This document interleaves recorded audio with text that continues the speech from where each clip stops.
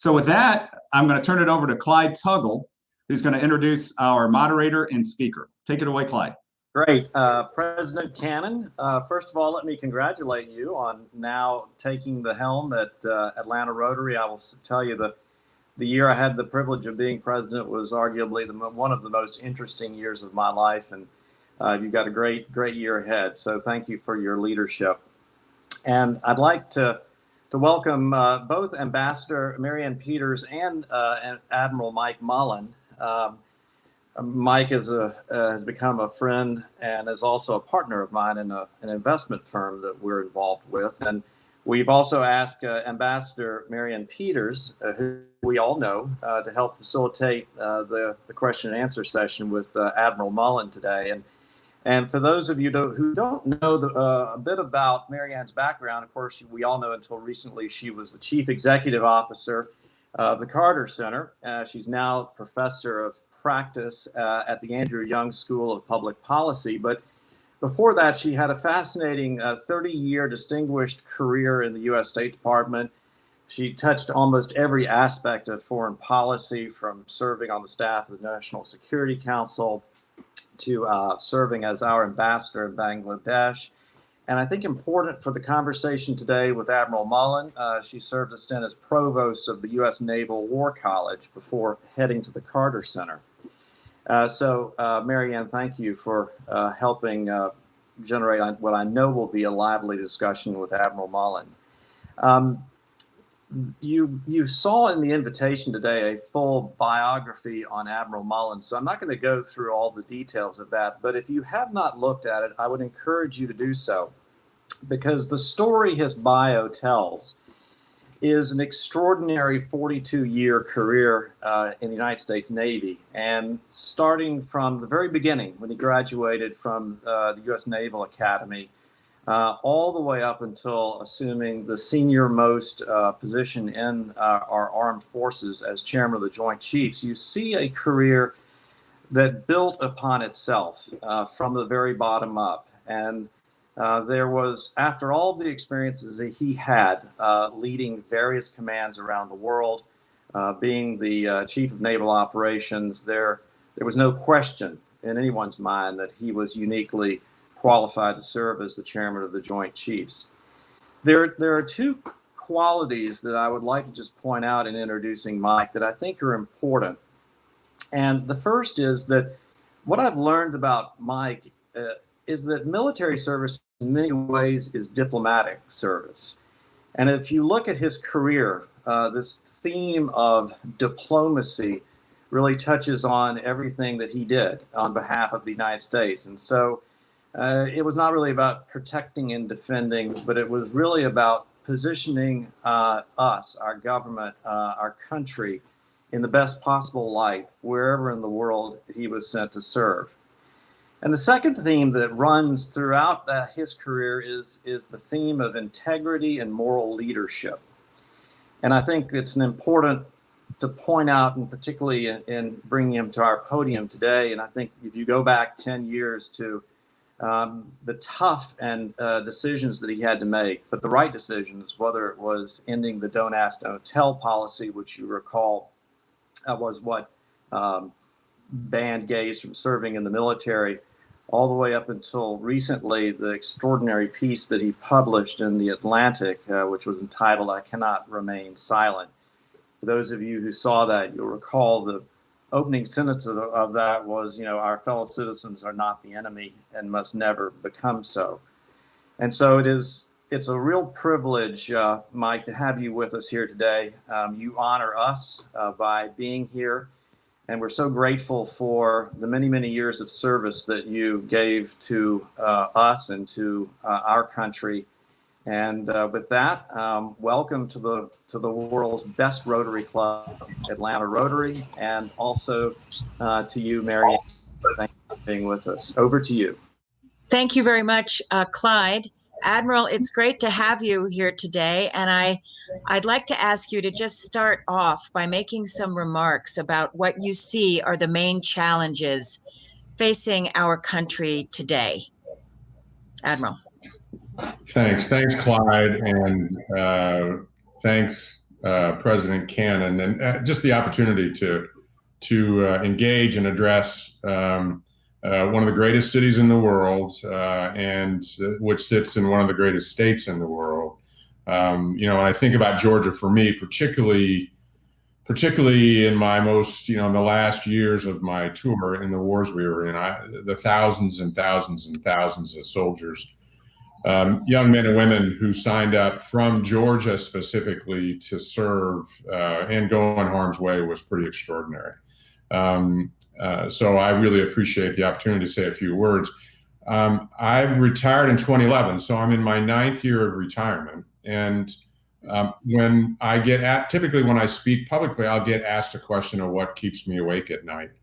Although oftentimes that gets correlated to the 3 a.m. in the morning call, which is quite frankly a little overblown. It doesn't happen that often at 3 a.m. But at the same time, what does really work on me specifically? And for years, I put our national debt at the top of that list, mostly because I could never understand how we're going to solve the problem. And I saw, particularly in Washington, a lack of willingness to address this issue on both sides of the aisle. And most recently, we've added, I guess, depending on how you count, up to another $10 trillion worth of debt. And I have no idea how my kids and my grandkids and their generations are going to make that work. So that's still very high on my list. Secondly, it's the K through 12 education system, and I'll come to the pandemic in a second, but the education system is one of the areas that's highlighted in the recent pandemic. The lack of education, which creates a lack of mobility, which creates the kind of lack of opportunity, and eventually resulting in the income inequality, which I think is a huge issue that we've finally got to get at. Third on my list, although I've moved it to the top, was political paralysis. Now, I was in Washington. My career when I was younger, I didn't spend much time in Washington. And then once I got there in the 90s, it seemed I almost left. And I've watched the degradation there in Washington over the last 20 to 25 years. The paralysis that's there, the division that's there, and the lack of leadership to bring the leaders of the country together, much less the country itself. So that to me is as concerning as anything, and I'll talk a little bit more about that. I've spoken about cyber too. That was my number 4 issue, because I think cyber actually is an existential issue to us as a country, and I don't think we understand it well enough, and we're not moving fast enough. 5th was our veterans, just because of who I am. My wife and I focused a lot on active duty members and their families, and we just moved that focus to veterans and their families. And one of the things that has struck me so significantly is the fact that our VA and our veteran systems are so broken, and have been for decades, for those who are willing, and many have died for us, and yet we don't treat them very well in that part of their lives. I would add to the list certainly COVID now. It's just, to me, stunning. I've been working for the last 3 years to focus on raising a memorial, starting a memorial on the Mall in Washington for the fallen of World War I, where it's the only major war we've been involved in where we don't have any memorial. And I didn't know much about World War I, but it's 116,000 who died, and over a relatively short period of time, in less than 18 months from the time we joined in 1917. And the stunning number for me right now is today, in a matter of 3 or 4 months, we've actually lost over 130,000, more than 25%. More than 100% of what we lost in World War I. And about 25% of the number of American citizens we lost in World War II. So it's very difficult for me to find the words that sort of wrap around what the impact of that, what this particular pandemic has brought us. And I fear for us in the future with respect to that. And then lastly, the whole issue of racism. I think it's been highlighted in ways that none of us expected. I mean, I grew up as a kid in the 60s. I was there. I graduated from the Naval Academy in 1968, which was a pretty tough year for any of you that were around at that time. It's the kind of thing that has now just jumped off the page. And I'll talk a little bit more about that when I'll talk next about the Atlantic articles specifically. What I think we're lacking more than anything else fundamentally is leadership.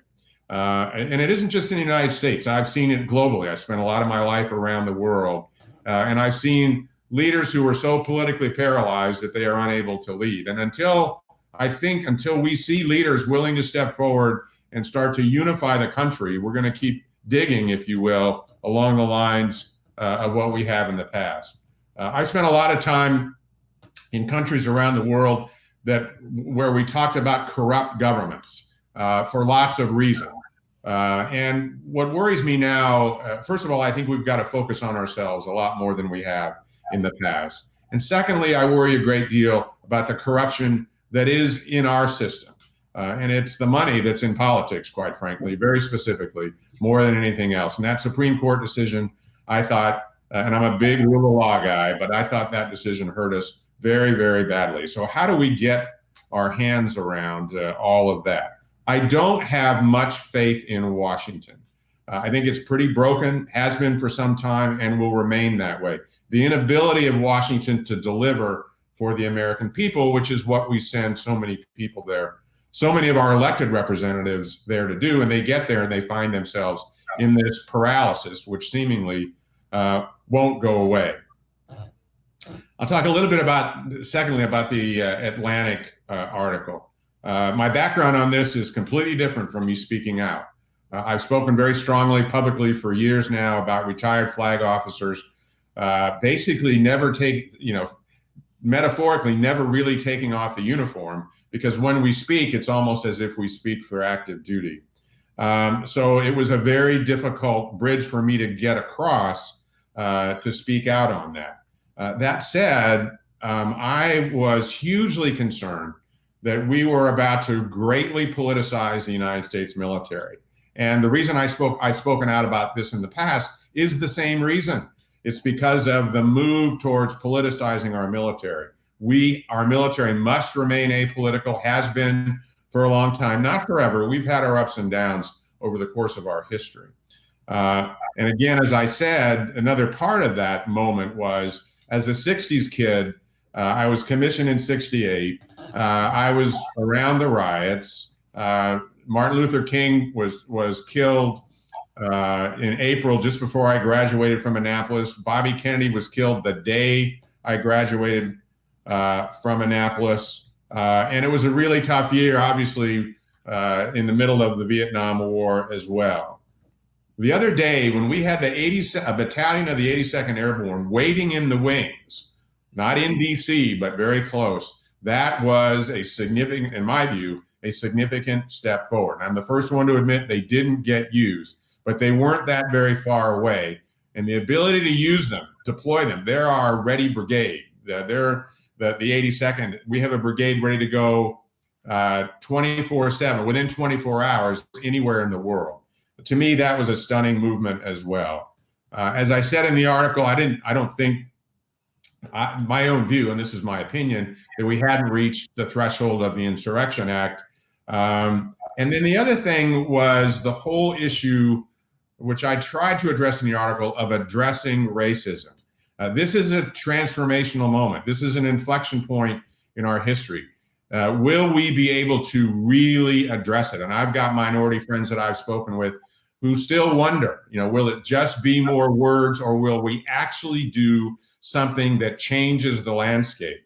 What struck me in Lafayette Square was that protest that was multiracial, multi-generational, and particularly the young people who are out there in support of these kinds of changes. And I think anybody in a position of responsibility must actually answer that mail. I don't know if many of you have seen, but I've learned a lot. There is I think it's a 40-page or so document that recent graduates from West Point put out. They were principally minorities. They were leaders at West Point when they were there. So these are graduates out of the class of 18 or class of 19, which I would commend to all of you, extraordinary young Americans, one of whom was the first Black female first captain at West Point and subsequently a Rhodes Scholar, which she just is finishing up. And that 40 pages lays out what their experience had been at West Point, which is a stunning layout. First of all, I'm delighted they have the confidence to speak and the courage to speak. But it really, and it's, yes, it's about West Point, but it's about a whole lot more. It's about our military. It's about every service academy. It's also about our country and the kind of racism that these young people have been through at one of our most distinguished institutes. The other is a 4 or 5 minute video from the brand new Chief of Staff of the Air Force. His name is C.Q. Brown. He'll take over here, I think, next month. And he's got a video out basically, and he's a Black American, entitled something along the lines of, "You might be wondering what I'm thinking." And he lays out the history of racism in his life over the course of his path to success, to what will be the highest position in the United States Air Force. And again, I think he's emblematic and reflective of what so many minorities have to go through to succeed in this very biased system that we ask them to grow up in. So I would commend those to you. When I talk about leadership, I always talk about listening, learning, and leading. What is really important right now is that we listen a lot so we can learn, and then everyone together take the right steps. In the military itself, we have made great progress with respect to integration. That said, we're in lousy shape with respect to senior African American 4 stars, 3 and 4 stars, throughout our military. So we've got a lot to do with respect to that. If we don't fix that, we will become an institution that doesn't represent America. And I think for all of us, we need to have that kind of consciousness about institutions, that if they don't represent America, I think they're going to be basically irrelevant in the future. Not tomorrow, but certainly sometime in the future. The last thing I'd talk about, well, 2 last points. One of Mark Milley, General Mark Milley, who's the current chairman, took a lot of heat from a lot of people because he showed up in uniform in that walkover to remind, he was not in the photo in front of the church, but the walkover to Lafayette Square. And he very courageously apologized for that, which in my view, he needed to do. And one of the things that's going on is the fact that he is under a lot of pressure from the profession in an extremely difficult job. There are very few of us that understand every aspect of how difficult that job is. And I think Mark is in a unique position. So I'm very encouraged by the fact that he took that step. And then lastly, which I think is something we all need to be aware of, obviously there's an election coming up here shortly. And my great hope is that it can be, no matter the outcome, that whatever happens, there is a peaceful transition to the next administration, whether it's a second Trump administration or whether it's the first Biden administration. And making that peaceful, making sure that's peaceful, and in a way that reflects all other presidential transitions, I think is really critical. And with the intensity, the protests, the kinds of rage and anger that's out there, I worry that that's more possible than I thought it could be in the past. And I think it's going to take leaders from both sides of the aisles and from many institutions, including our military, to make sure that transition happens peacefully. So again, good to be with you, and I look forward to your questions.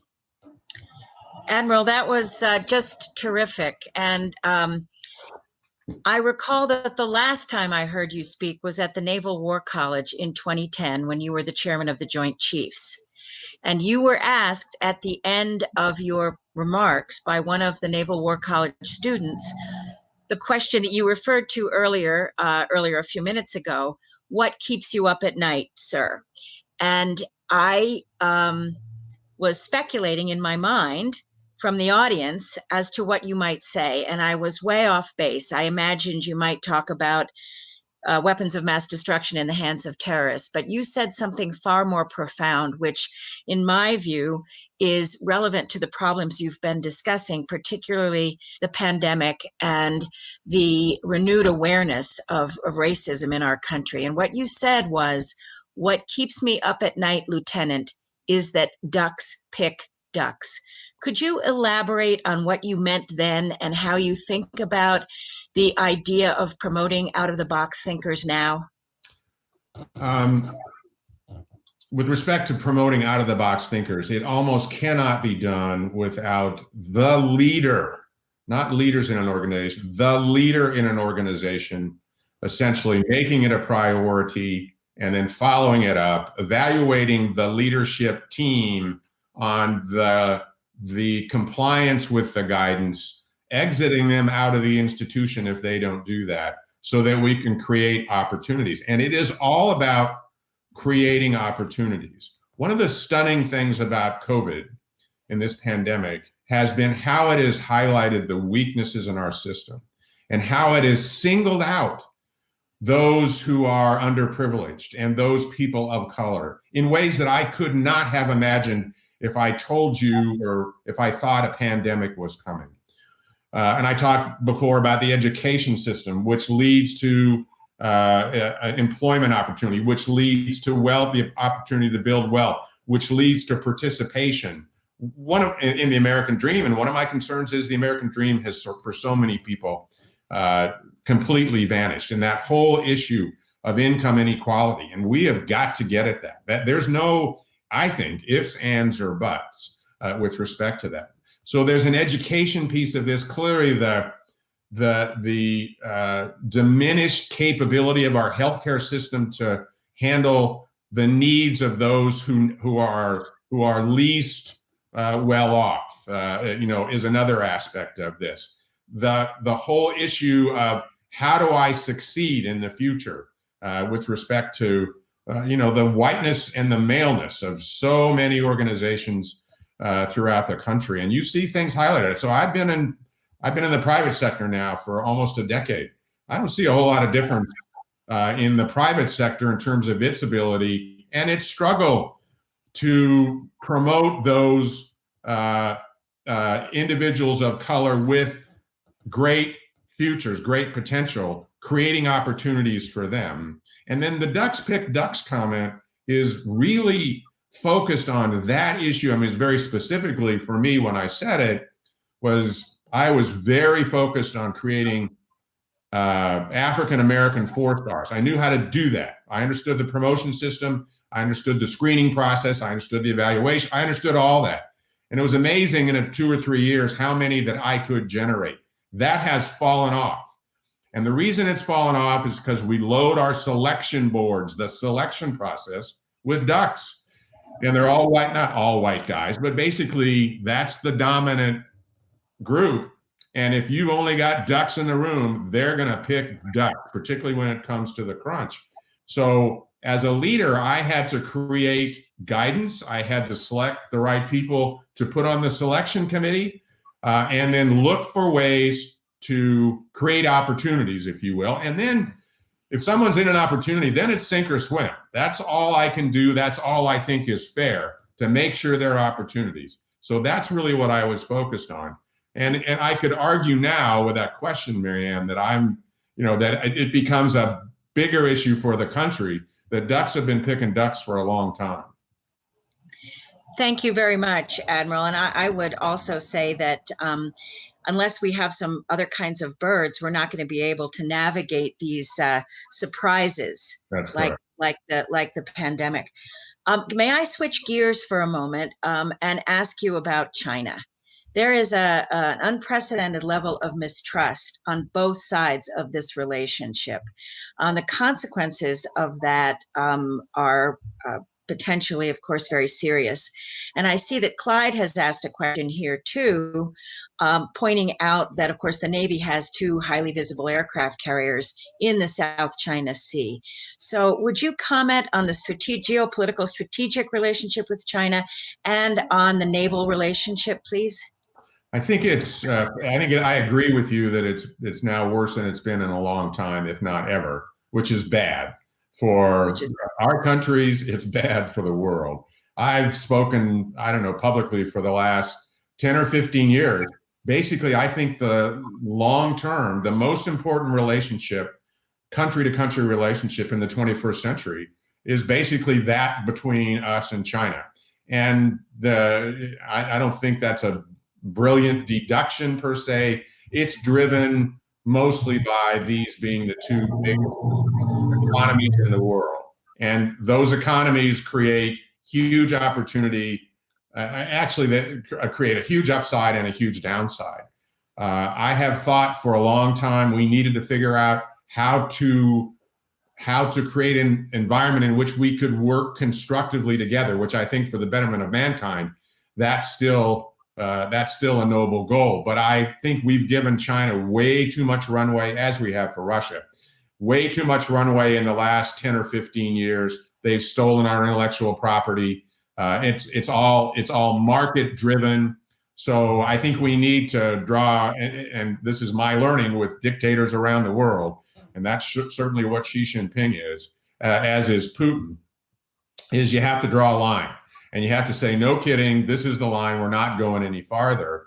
And do they believe you? And if that, then start to have negotiations for the betterment of mankind through increased opportunities between the 2 countries, so that we don't get into any kind of situation that would create a conflict. Specifically within the South China Sea. I mean, China specifically, there's this wonderful diagram called the 9-line diagram, which they drew, I think it's in 1947.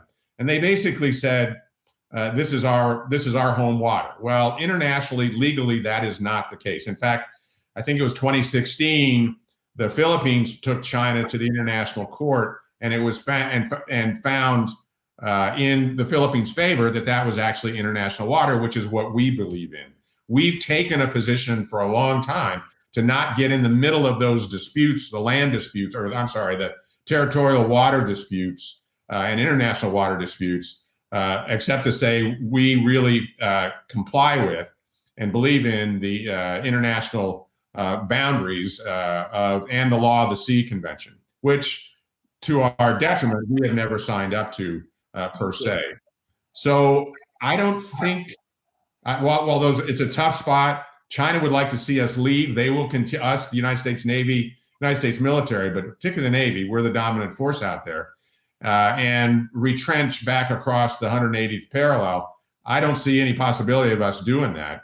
I worry a great deal about Korea. The peninsula could explode any minute, and there's a young guy running the north side of that peninsula that has nuclear weapons who could do great damage, and that China and America have to figure out a way to manage that. And then I'd end the answer with this, with 2 thoughts. I mean, this is home to center to 4 of the 5 biggest economies in the world. It has to remain stable, and instability would generate great damage. And we're experiencing some of that, not because of instability out there, but just look at the economic damage that COVID has brought.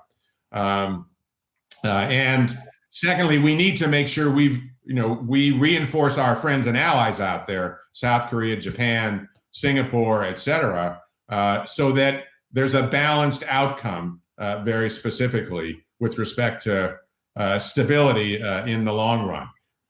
The last comment I'd make is I think after COVID, whenever that occurs or starts occurring, there's going to be a huge backlash in America with respect to China on both sides of the aisle. There were tens, if not hundreds, of pieces of legislation floating around, anti-China legislation floating around Capitol Hill a couple of months ago.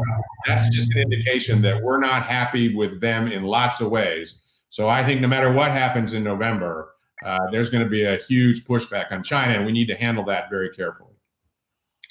Thank you, Admiral, and thank you for the plug for ratifying the Law of the Sea Convention. It would be a lot easier for diplomats to support the U.S. position on international waters if we were members. You mentioned Russia, and as someone who served in Moscow during the days of the Soviet Union, I'm experiencing deja vu. I'd like to ask what you think of the threat that Russia poses. Of course, Russia is a nuclear power. It's nowhere near the powerhouse that China is or will be. But what do you think? What kind of threat does Russia pose to us, and what ought we to do about it? Well, significantly, and very much of mine right now, from my perspective, is the the extension of the current Strategic Nuclear Arms Treaty, which is called New START.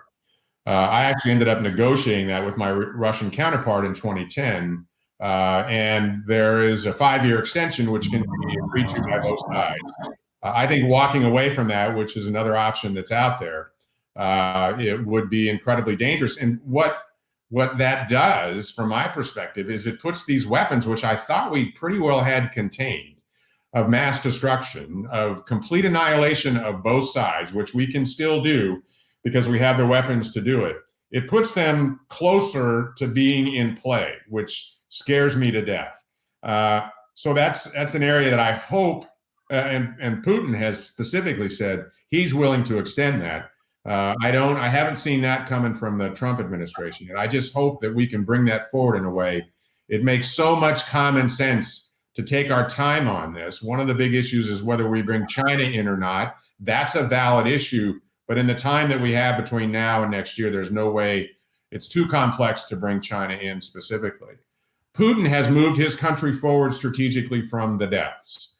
And he's been, I'm not a fan at all. I think he's one of the most dangerous people on earth, but he's moved his country back to some version of a great power again. That's what he wants to do. He wants to control his near abroad. He wants to hurt us as badly as we can. One of the really worrisome pieces is we don't have anybody in the country that's got any relationship with any senior leaders in Russia per se. So no communications, much worse now than it was in the Cold War, where, as bad as it was in the Cold War, we had channels to communicate so that we could run our differences to ground before they really grew into a huge problem. We don't have that right now. So in ways, it's more dangerous than it's been in a long time. I think he's a huge threat to not just NATO, but also to Europe, and there's a big overlap there as well. So there's huge concern from my perspective. Again, we're never going to be friends. I think we need to look for common ground to have discussions on, like terrorism, like the economies, security for Russia and its people, and listening to that side so that we can get to a common place, and then maybe talk about some of the tougher issues, like the interference in our elections, which was a stunning outcome in 2016, and by all accounts, he's at it again in 2020. Thank you very much, Admiral. I'd love to continue to talk about geopolitics, but I think we should open the discussion up to some of our colleagues at Rotary. And I see one question in the chat box here that I'm going to ask, and then I think I'm going to turn it over to Bill or Clyde to moderate the other questions. But there is a question staring at me from the column that I can see, which is actually from Bill, I think. And it's, what advice would you give Dr. Fauci as he navigates the West Wing? When you go into some of these tough jobs, like the one I had, one of the things, and I counsel 4-stars that go into these jobs, but it's not just in a military issue. When you're going into one of these jobs where you're working in this highly politically charged environment, I think you need to work through your head where your lines are. What are you going to base your decisions on? And what are your boundaries, and what's okay and what isn't okay? For us in the military, no illegal orders, kind of things, nothing that is quote unquote immoral that you understand to be immoral up front, from which you say, sorry, Mr. President, I'm going to leave now. I think Fauci's in much the same kind of position. He needs to kind of walk through the boundaries. I understand. I mean, I don't understand the specifics, but I've lived in that environment with 2 presidents, the politics of it all. And the politics is going to get much more intense over the next several months up through the election for sure.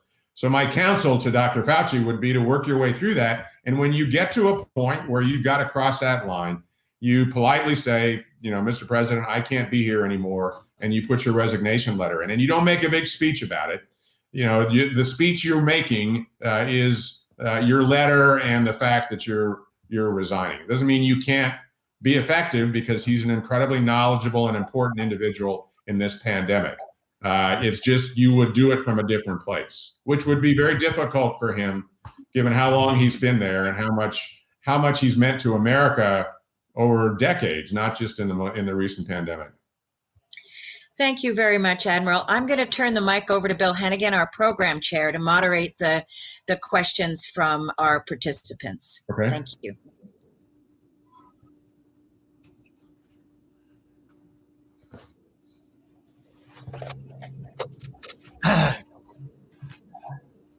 Good afternoon. We have one other question from the questions page from the audience, and it's has President Trump made the U.S. safer or more vulnerable, stronger or weaker? Admiral? I don't think too many times these days you want the desire is yes or no, or 1 or 0 kind of thing. I think in some ways. So, for instance, I think he's handled China pretty well. As I said, it was time to draw the line. Now there are huge trade issues which are still out there, which could be difficult. But I think what he's done there has been the right approach. I worry greatly about, from an international standpoint, because we're retrenching, we're coming home, we're removing assets, we're transferring assets. We are a very different country in terms of our international engagement than we were 4 years ago or 3.5 years ago. And our allies are wondering who we are and what we stand for. Actually, it's not just our allies. I think our enemies are wondering the same thing. Historically, people knew who we were, what we stood for, what our values and principles and morals were. And I think now that's greatly in question. And I think that is a question that's going to have to be answered long-term after President Trump leaves, whether it's at the end of 1 term or 2 terms. I think there's been tremendous damage done with respect to that. I worry a great deal internally, probably more than anything else, internally to the country, to the division. I spoke to this in the, this was at the heart of, not myself, sorry, what Jim Mattis said after I wrote the Atlantic piece, is the division in the country. President Trump isn't the first one to try to divide the country, but it has certainly become much more divisive under his watch. And I worry, I'm a guy that believes in unity and compromise and for the greater good, all those things. And certainly that does not appear in anything that President Trump has done to be his view of how to move the country forward. Ambassador, here's another question. So, the playbook really for the last 30, 40 years has been toward more globalization, more interconnectedness, whether on the military side, economic side, international relations and diplomacy. And over the last 5 years, 10 years, you're starting to see the pendulum swing back more toward more nationalism. Yeah. How far can that pendulum swing, do you think? This requires a crystal ball. How far does that pendulum swing, and what are the implications, and how would you advise a president today, if you were Joint Chief of Staff, to manage this swing back toward nationalism in terms of military strategy and economic interconnectedness? So we've been at war a long time. When you look at 2003, it's almost 2 decades. And we spent King's ransom in those wars, $3, $4, $5 trillion. And that's at the expense of needs that we've had at home.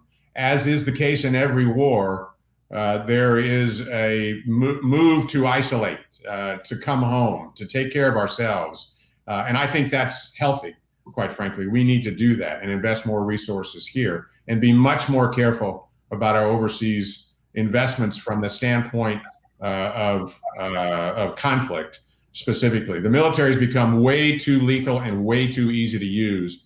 And we underfund the State Department. I would take, one of my counsels would be, take X number of dollars from the Pentagon, move it over to the State Department and put it to good use. not just give it there, but put it to good use, and have diplomatic efforts lead the way in the future, and be incredibly selective about using our military to support our national interests while defining, what those are. This, however, is not 1947 or 77 or 97 as we come home after wars. This is the world we're living in. I think because of the economy, it's a global economy, and we're all going to be globalists. Maybe we can redefine what that means to be a globalist compared to where it's been, and I think that would be fine. But we're going to be interconnected, and technology will continue to accelerate that. So I think we have to admit that and deal with it. And it's a combination of making ourselves strong at home, as well as continuing to be strong and lead internationally. That's sort of the combination at this point. So I think to some degree it's natural. I think I worry a little bit in the current political environment that pendulum can swing much farther than even though it has. And that's a worry. And it's going to take leaders to stop the swing and to pull us back into a more balanced position as a country.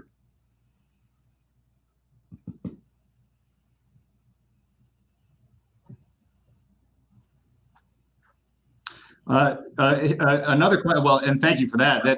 There's some follow-ups, but we had a question too. That thoughtful Atlantic article you had written. Has there been any blowback on that? Have you had to play defense at all, or is it if you had an encouraging response? Well, no, actually, it went out on the 2nd of June. I'm all the way up to the 3rd of June answering emails of just thanks for those that sent me emails or texts. I'm not very following. All that's to say is I got a tremendous amount of supportive response. A lot of that emphasized the fact that I had not done this before was one of the reasons it was so powerful. And I was, quite frankly, I was nervous. I understood. I felt I was right about what I said and did, but I was nervous about that. However, as in all cases, and I'm not a social media guy. I got off social media when I left the job as chairman in 2011, but I've got a young Rhodes Scholar from the Naval Academy working for me as an intern this summer, and he is. And 2 or 3 hours after my appearance on Sunday with Chris Wallace on Fox, he sent me an email summary, and he's out there looking at the trolls, and the trolls were not happy. And the stuff that the trolls are saying, it's not surprising to me, but it's pretty disconcerting, particularly if they have any kind of great influence. So no, it was not all positive, nor did I expect it to be. Anybody in a leadership position better have a thick skin and be prepared for both support as well as the significant negative side in that regard. I'm going to jump back in, Admiral, at the request of Bill. We have a couple questions that take us back to geopolitics. Can you comment on the U.S. role in the Middle East in light of oil prices, the war in Yemen, and the Khashoggi affair? And I'm personally going to add the Palestinian problem. Yeah, I spent a lot of my life in the Middle East, certainly in the last 30 years, and what I have included, and I was chairman when the whole awakening occurred in the late winter and spring of 2011. And what I concluded after that, and subsequently we went into Libya, which was a decision that I did not support. I mean, I actually did it because that was my job, but I certainly spoke out against it internally. And what I concluded, and I had actually a Muslim friend of mine, a leader in one of the countries, when we bombed Libya, said, "How many Muslim countries have you bombed?" And I didn't get the answer right. And my answer was far short of the 7. Libya was the 7th Muslim country that we had dropped bombs in. And so my takeaway is that this last 10 years or so is the beginning of what I call sort of a 40-year, 50-year boil in the Middle East. I don't think we can fix it. I think we've proven that in some cases with a really sad outcome of the loss of some great Americans, many of whom were in the military, young men and women. And I think they're going to have to fix their own problems. We need to support them in that regard. think we need to be mindful of the Gulf and the oil, and actually China. China's got a huge dependence there. We don't have the dependence we used to.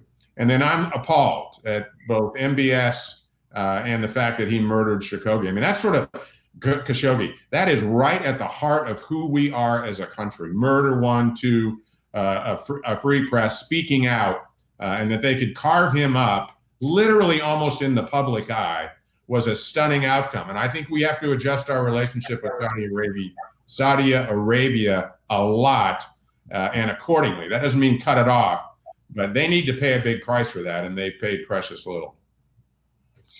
Thank you very much. Back to you, Cannon, for the last question or two. Great. Well, we have time for one more question, and actually, maybe we can just end on this one. So as you think back at the time when you were Joint Chiefs of Staff, was there ever a time where you disagreed with the recommendation the president was going to have to do? And how do you manage that? And then, and as part of that answer, maybe what is either the most difficult decision you ever had to make in that situation, or maybe the one you were most proud of? The system, one of the great parlor games in Washington, the part of the media, is when you have a major decision. So don't ask, don't tell. So go into Iraq. So go into Afghanistan. Go into Libya. The press loves what they call the TikTok and what I call the ones and zeros, which is who voted yes, who voted no. I think the fact that there is a forum at the National Security Council, the head of which is the president, and we have that debate, and the president gets to hear the pros and cons, those who are in favor, those who are not, is an incredibly healthy part of our process. So there are always is too strong, but the vast majority of times there is disagreement on what we should do. That said, part of what I do I don't do policy. I basically execute the president's decisions. So we have that debate internally. And then after that, I use Libya as an example, we march off and we do the best we can. The line there for a chairman or for anybody at that table, but in the case of the military leadership, is if you are uncomfortable with doing that, again, you need to put your letter in and move out so that a president can have a leader in that job that he or she has confidence in. That's really a key. So I think, that's sort of how the process works. I use Libya. I mean, the question with Libya for me was, how does this end? And 18 months later, about 18 months later, I ended up doing a review at Benghazi, and I hadn't looked at Libya since I left, which was a year before that. And I was stunned that everybody vacated, including the United States. I think President Obama said it was the worst mistake of his presidency, but we all left. It wasn't just the US left. So we go into this country, which hasn't had an institutional government in 40 years, and then we walk away. We break it and we walk away. Stunning to me. So that's just one example specifically.